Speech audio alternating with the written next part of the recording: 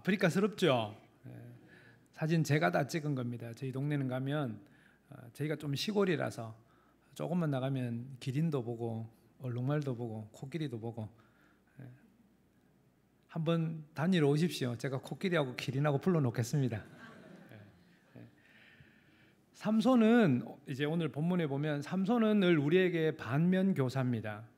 이렇게 살면 안 돼라는 의미로 우리에게 주는 교훈이었습니다. 왜냐하면 그는 부르심을 잃어버렸습니다. 우리가 아는 것처럼 그는 머리를 자르면 힘이 없어지는 사람인데 이방 여인의 유혹으로 나실인의 서원을 깨뜨리고 머리에 삭도를 대고 술에 취해서 모든 것을 잃어버리고 자기의 부르심과 거룩함도 잃어버리고 마지막에는 조롱의 대상이 된, 오늘 우리가 읽었던 본문처럼 참 안타깝게 마무리한 인생이 오늘 우리가 읽었던 이 삼손입니다. 어디 그것뿐입니까?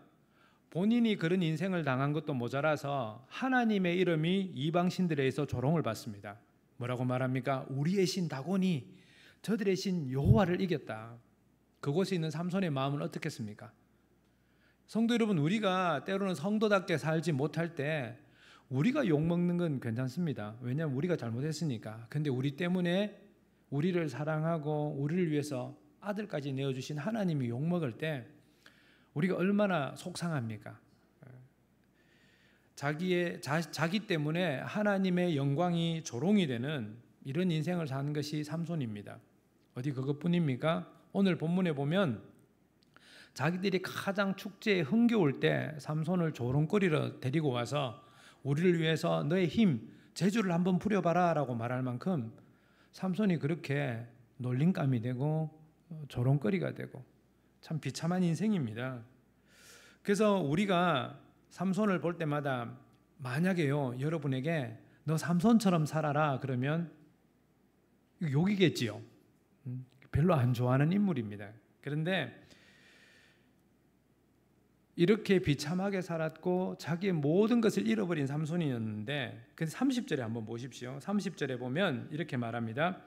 삼손이 이르되 블레셋 사람과 함께 죽기를 원하노라 하고 힘을 다하여 몸을 굽히매 그 집이 곧 무너져 그 안에 있는 모든 방백들과 온 백성에게 덮이니 삼손이 죽을 때 죽인 자가 살았을 때 죽인 자보다 더욱 많았더라. 제가 한 번 더 다시 읽어보겠습니다. 후반절에 삼손이 죽을 때 죽인 자가 살았을 때 죽인 자보다 더욱 많았더라. 다른 말로 하면요, 삼손이 사사로 20년 동안 이스라엘에 치리했는데 19년 364일 동안 했던 일보다 마지막 하루에 했던 일이 더 많았답니다. 다른 말로 하면요, 내가 20년 동안 전도했는데 20년 동안 전도했던 열매보다 하루 한 날 전도했던 인원이 더 많다면 성도 여러분 어떻습니까? 이 정도면 대박 인생 아닌가요? 다른 말로 하면요, 우리가 공부를 했는데 20년 동안 했던 공부의 업적보다 하루에 했던 업적이 더 많았다면, 조금 더 우리가 현실로 와닿는다면 우리가 20년 동안 벌었던 돈보다 하루에 벌었던 돈이 더 많다면, 여러분 이 정도면 멋있는 반전의 인생 아닌가요? 멋있죠? 별로입니까? 네? 그럴 것 같으면 그죠? 20년 동안 돈 벌었으면 더 좋았겠죠? 20년 동안 헌신했으면 더 좋았겠죠? 그런데 오늘 이 한마디가 어떻게 보면 삼손의 인생을 재해석해 주는 겁니다. 뭐라고 말하는가 하면 삼손이 죽을 때 죽인 자가 살았을 때 죽인 자보다 더욱 많았더라. 근데 지금 어떤 상태입니까? 얼마나 멋있는 반전입니까? 지금이 어떤 상태인가 하면요, 좀 전에 이야기했던 것처럼 조롱의 상태고 눈이 뽑힌 상태고 모든 것을 잃어버린 상태. 다른 말로 하면 영적 침체, 가장 깊은 영적 침체에 빠져 있는데 스스로 회복되어 나오기도 힘들지 않는 이 상황 가운데서 여러분, 하나님께서 삼손에게 마지막 반전을 준 것이라면, 더구나 여러분 우리가 영적 침체에 빠져보면 압니다. 이것이 얼마나 무서운지를, 방향성을 잃었고요, 얼마나 힘든지. 더구나 내가 하나님을 배신했다라는 것 때문에, 내가 하나님을 저버렸다라는 것 때문에 부끄러움과 수치 가운데서 아무것도 할 수 없는 인생 가운데서 어떤 우리가 그렇습니다. 우리가 건강을 잃어보고요, 경제력이 약해져 가면 어떤 두려움이 느껴지는데, 그 두려움이란 예전 같으면 내가 한번 도전해 보면 될 수 있겠다라는 두려움이었다면, 인생의 깊은 어떤 침체기 가운데 오는 우리에게 있는 절망감은 빛이 전혀 보이지 않는다라는, 과연 이곳에서 내가 새롭게 회복될 수 있을까? 과연 이곳에서 내가 옛날을 다시 말할 수 있을까라는 그런 깊은 절망 가운데 그곳에서 헤어나오기란 쉽지 않습니다. 어쩌면 우리 스스로는, 우리의 힘으로는 도저히 헤어나올 수 없는 이 상황 가운데 침체기만 벗어나도 정말 괜찮은 건데, 삼손은 그 상황 가운데서 더 멋있는 반전을 만들어냈습니다. 어떻게 해요? 죽을 때 죽인 자가 살았을 때 죽인 자보다 더욱 많았더라라는, 다른 말로 하면 우리가 어떤 인생을 살았던가 보다, 지난날에 어떤 인생을 살았던가 보다 더 중요한 것이 마지막에 어떻게 기억될 것인가라는 모습. 얼마나 화려한 피날레입니까? 얼마나 아름다운 마지막 역전의 모습으로 나타납니까? 그래서 그를 말할 때 성경은 그의 인생이 어땠든 간에 마지막에는 한마디로 요약해 줍니다. 그는 20년 동안 이스라엘의 사사로 지냈더라. 그리고 히브리서 11장에 보면 믿음의 장에도 이 삼손이 이름이 들어가 있습니다. 그렇다면 여러분, 이 삼손이 부럽지 않습니까? 저는 오늘 이 본문을 보면서 한편으로는 삼손이 참 부럽다라는 생각을 해봅니다. 마지막 인생이 그 인생의 침체기를 뚫고 가장 영적인 침체 속에서 가장 아름다운 마무리를 했기 때문에, 그리고 살아 평생의 업적보다도 마지막 한 날 업적이 더 아름다운 업적으로 기억되어지기 때문에. 그런데 여러분, 우리가 이 기회가 정말 삼손에게만 주어진 것이 아니라 우리 모두에게 동일하게 주어지는 은혜라면 우리가 이 하나님의 은혜에 어떻게 이르러야 될지도 한번 고민해 보길 원합니다. 근데 제가 제일 좋아하는 구절입니다. 22절에 보면 우리가 성경을 볼 때 삼손이 마지막에 부르짖어 기도하니까 하나님께서 응답하셨더라 이렇게 본다면 성경을 좀 재미없게 보는 것 같아요. 22절 구절 한번 볼까요? 22절에 보면 이렇게 말합니다. 우리 같이 한번 읽어보겠습니다. 22절 말씀입니다. 그의 머리털이 밀린 후에 다시 자라기 시작하니라. 머리털이 밀리긴 후에 다시 자라기 시작하니라. 전 육체적으로도 이 본문이 참 은혜롭습니다. 머리카락이 다시 자라면 얼마나 좋을까? 다시 풍성해지면 얼마나 좋을까? 그렇게 은혜도 있지만 오늘 본문에 보면, 여러분 요즘은 우리가 성경을 이렇게 읽는 거지만 예전에는 성경이 제사장이나 레위인들이 읽어주면 모든 사람들이 들었습니다. 청중들이. 그런데 사람들이 알고 있습니다. 삼손이 머리가 밀리면 힘이 없어지는 걸. 그런데 오늘 본문에 이 본문을 여러분들이 삼손의 이야기를 전혀 모르는데 누군가가 이 이야기를 읽어준다면 여러분 어떨 것 같아요? 삼손이 이방 여인의 꾀임에 빠져서 머리가 다 밀리고 아무 힘이 없는 상태, 눈이 뽑히고 이렇게 끌려가는 상태에서, 노줄에 끌려가는 상태에서 그의 머리털이 밀린 후에 다시 자라기 시작하니라 라고, 우리가 청중으로서 이 본문을 듣는다면 어떤 느낌이 들 것 같습니까? 뭔가 반전이 일어날 것 같은. 왜냐하면 삼손이 머리가 없을 때는 힘이 없고 머리가 길어진다면 다시금 힘을 얻을 것이라는 기대감이 있기 때문입니다. 언제부터입니까? 삼손이 회개했을 때 일이 일어나는 것이 아닙니다. 제가 회개의 능력을 무시하는 것이 아니라 회개의 능력보다 더 우선시되는 것은 무엇인가 하면 하나님의 은혜에 대한 강조입니다. 삼손은 변했을지라도, 삼손은 나시린의 언약을 깨뜨리고 자기가 하고 싶은 대로 다 해서 모든 걸 잃어버렸을지라도 하나님은 그의 머리털을 다시 자라게 하시는 분이라는 것입니다.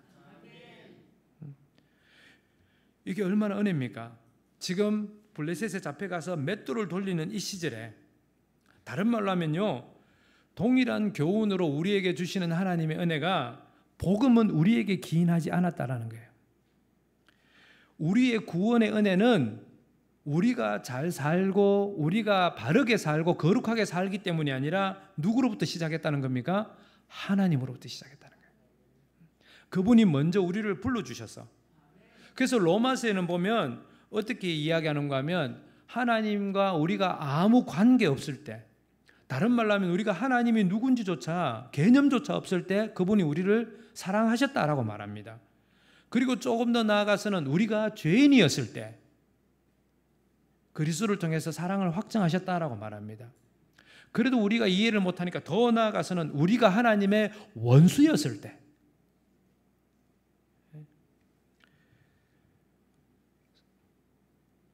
복음의 시작은 우리가 아니라 하나님으로부터 시작했기 때문에 삼손의 마지막이 한순간 죽으면서 이루었던 이 모든 업적과 성취는 삼손에게 있는 것이 아니라 다시 그의 머리털을 자라게 하시는 하나님으로부터 기인했다라는.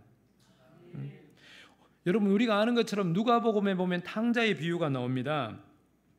탕자의 비유에 보면 재밌는 것이, 원래 이 탕자의 비유를 조금 더 이해하려면 우리가 성경의 어떤 짝을 좀 맞춰보면 더 이해가 될 것 같아요.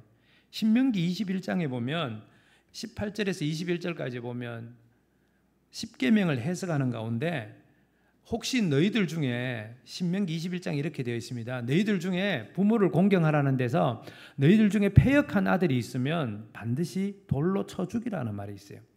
패역한 아들. 근데 이 랍비들이 모여서 고민을 합니다. 이 패역함의 기준이 무엇일까? 패역함의 기준, 불효자의 기준이 무엇일까?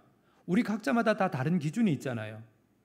어떤 사람은 이걸 불효자라고 볼 수 있고, 어떤 분은 여기에 대해서 뭐 이 정도는 괜찮다라고 말할 수 있는 기준에 정확성이 없으니까 이 랍비들이 모여가지고 결정을 내리는데, 우리 이제 좀 목록을 만들자. 불효자들, 구체적으로 돌에 맞아 죽어야 할 불효자들의 목록을 좀 만들자라는 것 중에 있었는데, 그 중에 첫 번째가 무엇이었는가 하면 부모님이 살아계시는데 유업달라는, 부모님이 살아계시는데 부모님 재산 져주십시오, 당신은 이제 떠나셔도 됩니다 라고 말하는 이놈은 제일 패역한 놈이다, 반드시 돌로 쳐 죽이자 라는 것을 이 사람들이 만들었습니다. 그게 이제 미드라시라는 전성에 의하면 그렇게 나오는데, 그렇게 신명기 21장의 기준에 의해서 제일 먼저 만든 것이 부모에게 가족의 유산을 달라는, 그런 아들은 패역함으로 인정하고 이렇게 돌로 치자라는 이런 규칙을 만들어 놨습니다. 그런데 예수님께서 누가복음 15장에 보면 제일 먼저 이야기하는 것이 어떻게 이야기합니까? 한 사람에게 두 아들이 있는데 그것도 첫째가 아니라 둘째가 재산을 달라고 한다. 성도 여러분, 그럼 그 아들은 모세의 법에 의하면 어떻게 돼야 됩니까? 돌에 맞아 죽어야 되는 겁니다. 자, 그렇다면 아버지는 이 아들을 왜 기다립니까? 탕자를 왜 기다릴 것 같아요? 왜 기다립니까? 사랑하니까 기다리는 것도 맞지만, 제가 금방 말씀드린 거에 의하면 이 아들은요, 집에 들어오면 누군가 다른 사람 눈에 띄면 돌에 맞아 죽어야 됩니다. 이것이 율법의 심판이거든요. 사람들이 이렇게 하는 것이 하나님의 말씀을 지키는 방법이었습니다. 그런데 아버지가 왜 뛰어갑니까? 성도 여러분, 여기서 한번 생각해 보십시다. 이 아들이 집을 떠날 때 언제 돌아온다는 기약이 없습니다. 그러면 아버지가 그 아들이 뛰어오자마자, 멀리서 오자마자 뛰어갔다라는 것은 아버지는 늘 이 아들을 기다리고 있었다는 말입니다. 밤이건 낮이건 늘 기다리고 있었고, 그리고 이 아들이 오자마자 뛰어가 가지고 그 아들을 안아줍니다. 근데 이스라엘 이 사람들은 옛날 우리나라 양반 문화랑 비슷해 가지고 어른들은 절대 안 뛰는 문화랍니다. 근데 아버지가 이미 아들이 나에게 재산을 달라라는 이런 불효막심한 아들을 키웠다면 이것 자체가 얼마나 아버지에게 참 명예를 더럽히는 그런 상황입니까? 그런데 이 아들이 오자마자 아버지가 뛰어갑니다. 뛰어가서 그 아들을 안고는 반지를 끼워주고는 동네 사람들에게 선포하는 겁니다. 나의 잃어버린 아들이 돌아왔습니다. 그리고는 이 아들을 품에 안고는 이제는 이 아들을 다루려면 아버지와 직접 이 사건을 해결해야 되는 겁니다. 무엇을 말하는가 하면 탕자가 언제부터 용서받았습니까? 집에 돌아왔을 때 용서받은 것이 아니라 집을 나간 순간부터 아버지는 이미 용서하고 기다리고 계셨던 것처럼, 탕자의 아버지는 모든 수치와 부끄러움을 담당하시면서 내가 내 아들을 살릴 수만 있다면, 내가 남들에게 수치를 당하고 내 명예가 더럽혀지고 부끄러움을 당해도 괜찮다, 내가 내 아들을 살릴 수만 있다면 나는 기꺼이 감내할 것이다라는 마음. 여러분, 오늘 본문에 한번 보십시오. 하나님의 이름이 수치스러워지고 하나님의 명예가 땅에 떨어지고 이방의 조롱거리가 되었을지라도 하나님은 그렇게 했으라도 내가 내 아들을 살릴 수 있다면, 다른 말로 하면 내가 삼손을 통해서 하나님의 뜻을 구할 수 있다면 괜찮다라고 말씀하신 하나님. 여러분, 은혜라는 것은요 늘 그런 것 같아요. 한쪽은 희생이면 한쪽은 누리는 선물이잖아요. 우리가 누리는 선물, 우리가 누리는 어떤 구원의 기쁨이 있다면 그것은 어떻게 보면 동전의 양면처럼 한 분은 희생과 헌신입니다. 오늘 삼손에게 마지막 명예를 회복시켜주기 위해서 하나님은 기꺼이 본인의 명예와 본인의 조롱을 기꺼이 감내하셨던 것처럼 예수님께서 우리를 구하기 위해서, 탕자와 같은 우리를 구하기 위해서 하나님은 모든 수치와 부끄러움을 그분이 담당하시고 우리에게는 괜찮다라고 말씀하시면서 자유를 주시는 분. 그런데 오늘 재밌는 것이 이 본문에 보면 탕자가 돌아왔을 때 그 아버지가 뛰어나가서 이렇게 안아줄 때 누가는 그 단어를, 되게 특별한 단어를 사용합니다. 에피핍트라는 단어를 사용하는데 아버지가 와서 그 아들을 안아준다라는 표현. 근데 누가가 이 표현을 사도행전에서도 계속 되풀이해서 쓰는데 언젠가 하면 120명의 성도들이 모여서 함께 기도할 때 성령께서 그들을 에피핍트 했다고 말합니다. 안아주셨다라고 표현합니다. 그리고 고넬료의 집에 성령이 임할 때도 이 단어를 씁니다. 그리고 우리가 아는 것처럼 유도고라는 청년이 말씀을 듣다가 졸다가 이렇게 떨어졌을 때, 그의 생명이 떠났을 때 바울이 그를 안고 바울이 그를 에피핍트 할 때 생명이 돌아왔다라는 표현을 씁니다. 그러니까 누가가 읽어보면 재밌는 게, 누가는 성령에 관계된 어떤 역사를 할 때마다 이 단어를 쓰는데 언제 이 단어를 쓰느냐? 아들이 집에 돌아왔을 때, 아들이 집에 돌아왔을 때, 아버지가 그 아들을 안아줄 때. 성도 여러분, 우리가 성령 충만을 말할 때 언제입니까? 가장 성령 충만할 때는 우리가 가장 깊은 침체에 빠져서 아무것도 할 수 없고 하나님 빛이 보이지 않습니다. 하나님, 내 인생 이제 끝난 것 같습니다라는 깊은 절망가 올 때, 그래도 하나님께 나아갈 때 우리를 품으시고 안으시는 하나님을 발견할 때, 오늘 혹시나 우리 가운데 여러분 그런 분이 있다면 에피핍트를 경험하는, 여러분을 안아주시고 품어주시는 하나님을 경험하는 시간 되길 주님의 이름으로 축복드립니다. 오늘 본문 보십시오. 머리카락이 다시 자랐다라는 것은 그냥 문자적으로 머리카락이 자랐다는 의미가 아닙니다. 하나님의 약속을 어겼지만 하나님이 그 말씀을 지키고 있을 때, 다른 말로 하면 하나님의 인격이 맞다면 우리에게는 변화가 일어납니다. 오늘 말씀을 통해서라도 하나님은 그런 분이셔, 맞아, 하나님은 이런 분이시구나라는 게 우리에게 느껴지기 시작하면 우리에게 변화의 시작이 있는 줄 압니다. 여러분, 우리가 생각하는 하나님의 이 은혜라는 것은 먼저 그분이 시작하셨기 때문에 우리에게 책임져 주시는 그 사랑. 예레미야는 어떻습니까? 예레미야가 자기 민족의 패역함을 보고 기도할 때마다 얼마나 속이 탔겠습니까? 아마 제 생각에도 그렇게 민족을 위하여 기도하고 그 다음날 아침을 맞이하였을 때 새롭게 떠오르는 해를 보면서 아마 그렇게 고백했던 것 같아요. 우리가 아는 예레미야 애가 3장에처럼 하나님, 내 속에 쑥과 담즙을 기억하소서. 얼마나 속이 쓰렸으면 신물이 올라올 만큼 이 백성들의 패역함을 볼 때 가슴 아프고 우리는 이제 희망이 없습니다, 도저히 멸망당할 길밖에 없습니다라고 가슴을 치고 있을 때 새롭게 떠오르는 태양을 볼 때 그가 뭐라고 고백합니까? 여호와의 인자와 자비가 무궁하심으로 이것이 아침마다 새로우니. 다른 말로 하면요, 우리가 지구의 나이가 몇 살인지 아무도 모릅니다. 학자마다 다 다릅니다. 그렇지만 어떤 사람은 6,000년, 6만 년, 60만 년 다 다르지만 한 가지 분명한 것은 어제와 같은 오늘은 없었습니다. 아침마다 태양의 고도가 다르고요, 온도가 다르고 바람의 기압이 다르고요. 늘 새롭게 맞이하는 아침을 볼 때마다 예레미야가 하나님, 이제 우리에게는 소망이 없지만 그러나 내가 새로운 소망을 발견했습니다. 우리에게 새날 주시는 하나님, 이 예레미야가 봤던 새날 주시는 하나님, 그리고 오늘 삼손이 모든 걸 잃어버렸지만 그의 머리털을 자라게 하시는 하나님, 동일하신 분이십니다. 그래서 예레미야가 뭐라고 고백하느냐? 사람아, 여호와를 잠잠히 바라고 기다림이 좋도다라고 말하는 것처럼.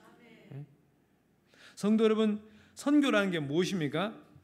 저는 개인적으로 선교는 은혜를 가르쳐 주는 거라고 생각합니다. 여러분, 아프리카 사람들이 얼마나 율법적이고 인과응보에 강한지 모릅니다. 이 사람들요, 제가 운전하고 가다가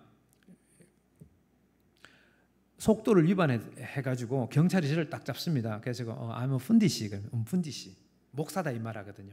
푼디시 그러면 이 사람들 경찰이 딱지도 안 끊어요. 푼디시, 이래요.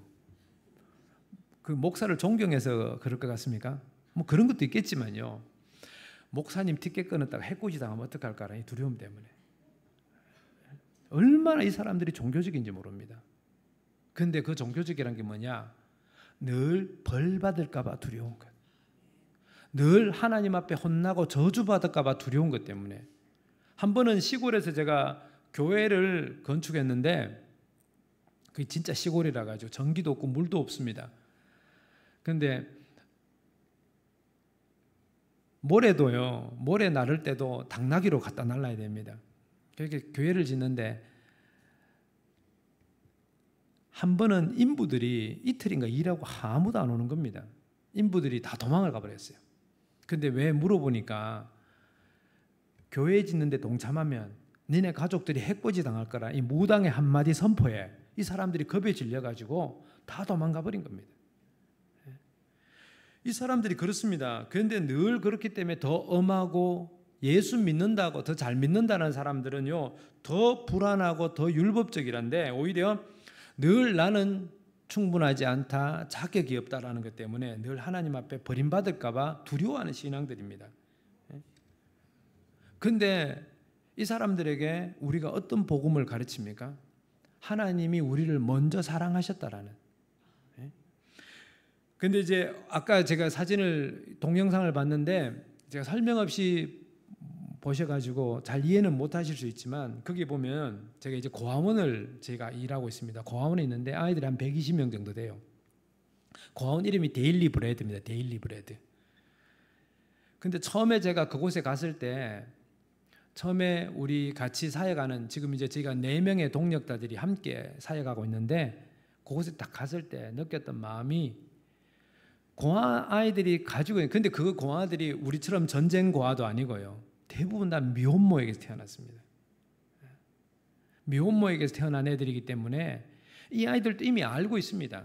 우리 부모들의 잘못 때문에 내가 이런 상황을 겪고 있다라는 그런 상황 가운데 있는데, 그곳에 딱 앉았을 때 하나님께서 제게 주시는 마음이 예레미야 29장 10절 말씀이었습니다. 내가 너희를 향한 나의 생각을 내가 아나니 평안이요 재앙이 아니라 라고 말씀하시고 너희에게 미래와 소망을 주기 위함이라 하나님 말씀. 고아들은 우리는 우리 부모의 죄 때문에, 누군가의 죄 때문에 그 결과물로 우리가 이곳에 있습니다 라고 말하지만, 여러분 어쩌면 이스라엘이 70년 동안 포로 생활할 때 그런 마음 아니었겠어요? 우리가 죄지어서, 우리가 하나님을 배반해서 우리는 포로 생활하고 있다라는. 그런데 하나님께서 그들에게 놀라운 선포를 하시면서 너희들 재앙 때문에 심판받는 것이 아니라 나는 너희를 향한 다른 계획이 있다라고 말씀하시는 하나님. 마치 오늘 삼손이 모든 것을 잃어버렸지만, 삼손아 너의 한 날이 지난날에 너보다 더 아름답게 하는 그런 날이 있을 것이다라고 말하는 희망을 주시는 하나님의 약속처럼. 그런데 그렇게 우리 공아들처럼 있지만 요즘 들어서 이제 저도 느껴갑니다. 하나님 계획이 무엇이었는지. 이 아이들이 그냥 자기 집에 있으면 똑같이 나가서 하는 일이 무엇인가 하면 마약 팔고 마리아나 팔고 갱들 돼가지고 이런 것밖에 안 하는데, 이곳에서 있으면서 아이들이 말씀을 양육받기 시작합니다. 말씀의 양육을 받고 말씀으로 단단해지고 견고해지기 시작할 때, 아까 좀 전에 봤는데 인사하는 안녕하세요라고 한국말로 인사하는 친구가 있었습니다. 미셸라고. 그 친구가 원래는 길거리에서 구걸하던 친구입니다. 길거리에서 제가 아침마다 학교 갈 때마다 길거리에서 늘 구걸하는 친구인데, 제가 늘 붙잡아서 빵 한 개 주면서 너 학교 가야 돼, 공부해야지 그러면 자기는 공부를 도와줄 사람이 없다는 거예요. 그랬는데 이 친구가 지금은 우리 데일리 브레이드에 와가지고 공부하면서, 나이는 좀 많습니다. 이제 22살인데 학년은 공부의 시기를 놓쳐가지고 이제 고1 공부하고 있는데 22살인데 자기는 이제 꿈이 생겼답니다. 나는 목사가 될 겁니다. 나와 같은 청년들을 돕는, 나와 같은 청소년들을 돕는 목사가 될 것입니다 라는 그런 꿈을 가지고 있습니다. 은혜라는 게 무엇입니까? 역전시키고 인생을 반전시키고, 정말 잿더미 가운데 머리 뽑힌 삼손과 같이 아무것도 없는 절망 가운데서도 새롭게 시작할 수 있는 역사, 새롭게 시작할 수 있는 희망과 미래, 여러분 그것이 은혜 아닌가요? 그리고 하나님께서는 그 일을 위해서 모든 대가를 치렀다라고 말씀하시면서 우리에게 오라고 말씀하시는 하나님. 그 비디오에 보면 우리 자매들이 많이 나왔습니다. 저희가 학사관을 운영합니다. 저 시골에서 온 자매들 10명에서 때로는 12명 저희가 함께 공동생활하면서 그들을 말씀으로 양육시킵니다. 그런데 그 중에 참 기억에 남는 자매가 이 얌깰라라는 자매가 있었습니다. 얌깰라라는 자매가 있었는데 이제 21살인데 그 자매가 은혜를 받고 난 뒤에 이제 자기 간증을 시작하는 겁니다. 자기가 자살하려고 5번 시도를 했답니다. 5번 자살을 시도했는데 그때마다 참 공교롭게도 기차가 온다 해가지고 시간 맞춰서 뛰어내렸는데 기차가 안 오더래요. 갑자기 서버리더래요.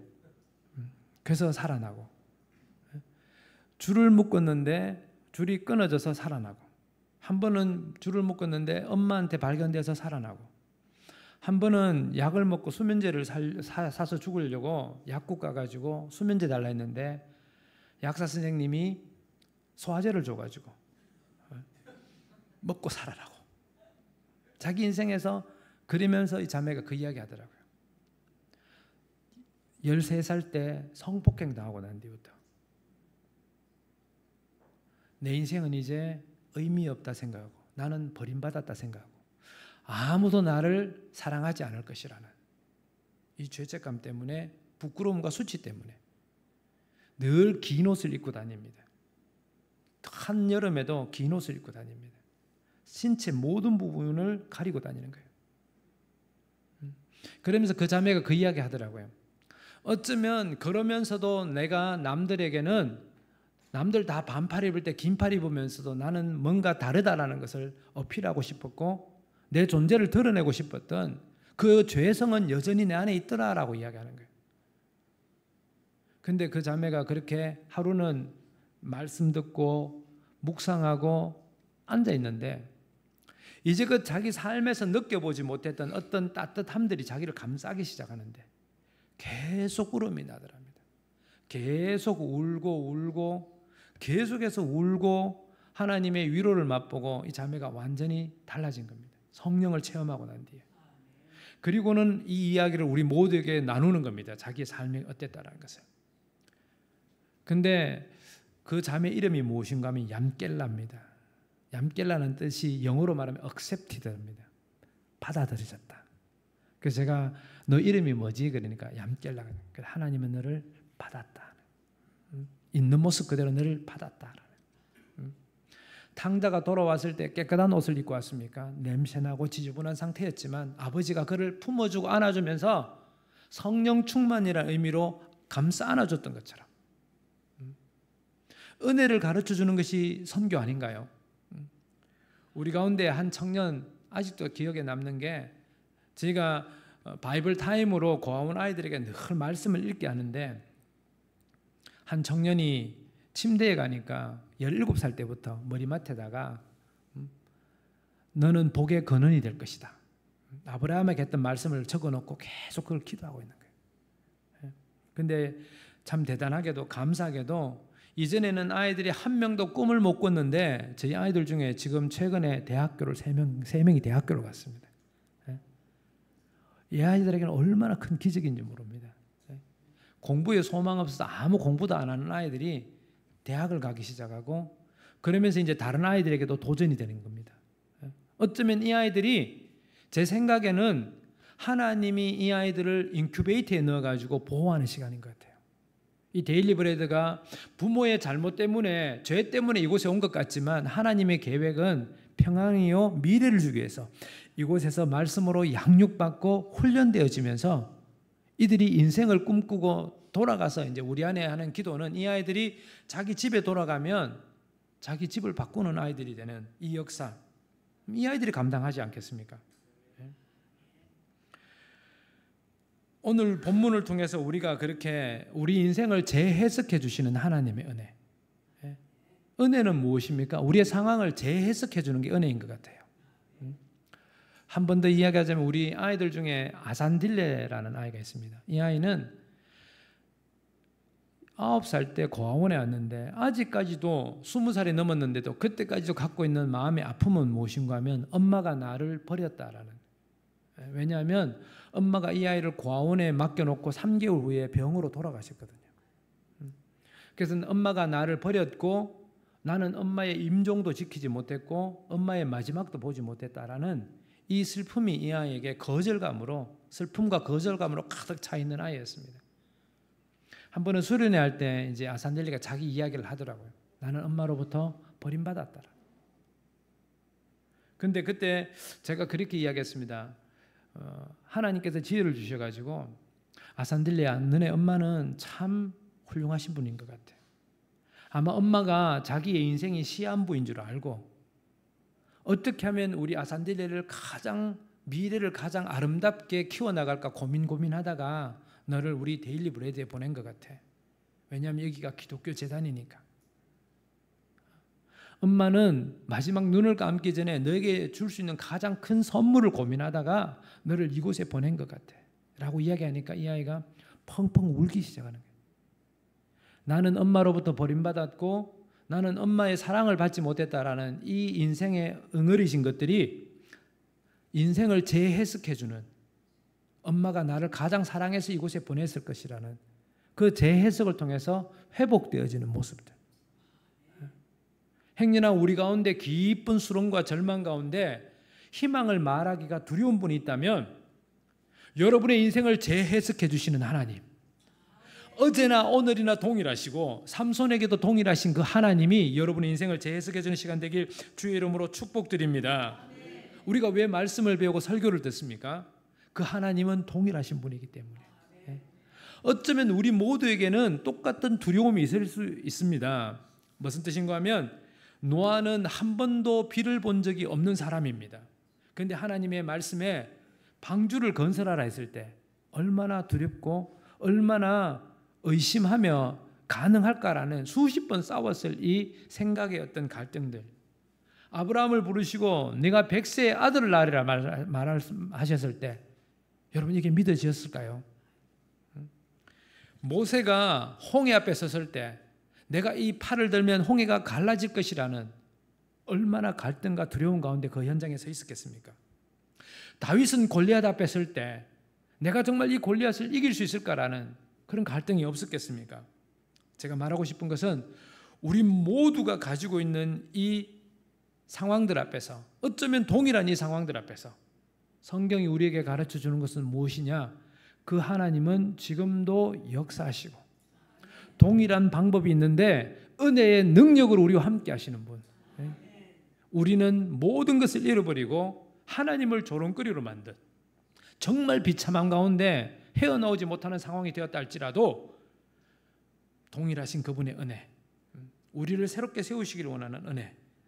혹시나 우리 가운데 내가 하나님 머리카락이 잘리고 원수의 조롱거리가 되었고 나는 이제 삶의 의미를 잃어버리고 내 목적을 잃어버린 것 같습니다라는 깊은 영적인 침륜 가운데 있는 분들이 있다면 예수의 이름으로 다시 일어설 수 있길 주의 이름으로 축복드립니다. 예? 여러분, 우리의 안정감이 어디에 있습니까? 이제 말씀을 정리하고자 합니다. 요즘 제가 안식년에 글을 좀 쓰고 싶어가지고 글 쓰는 책들을 좀 보는데 그중에 참 재밌고 기억에 남는 글이 있어서 여러분에게 좀 소개하고자 합니다. 초등학교 5학년 애가 글짓기 했는 건데요. 이런 게 있더라고요. 엄마랑 싸웠나 봅니다. 엄마랑 싸웠는가 보는데 애가 글을 쓰면서 이렇게 했습니다. 어차피 화해해야 할 인생. 밤이면 집에 들어가야지. 엄마는 나를 더 사랑하니까. 멋있지 않습니까? 초등학교 5학년 애가 이미 엄마의 사랑과 신뢰를 알고 있는 겁니다. 지금은 싸워서 힘들지만 어차피 화해해야 할 것. 지금은 내가 놀이터에 방황하고 있지만 밤이 되면 집에 돌아가겠지. 왜? 엄마가 나를 더 사랑하니까. 여러분, 이게 안정감 아닌가요? 우리에게는 보호자가 있습니다. 우리보다 우리를 더 사랑하시는 하나님. 그 하나님을 통해서 여러분 인생에 역전이 일어나고 반전이 일어나고 여러분의 마지막 날이 오늘 삼손이 이야기했던 것처럼 20년 전체보다 더 아름다운 인생, 그리고 여러분의 마지막이 하나님의 사람으로 기억되시길 주의 이름으로 축복드립니다. 아멘. 그 힘이 남아 도시면 이제 남아공을 위해서도 기도해 주시고 선교에 힘드십시오. 우리 스스로가 힘이 없으면요 아무것도 못합니다. 내가 힘이 없으면요 누구 돕고 싶어도 못 도와요. 여러분 스스로 회복하시고 기력이 회복되시고 남은 힘이 있다면 이제 코끼리가 그림에 나오고 사자가 나올 때마다 남아공을 기억하시면서 기도해 주시길 주의 이름으로 축복드립니다.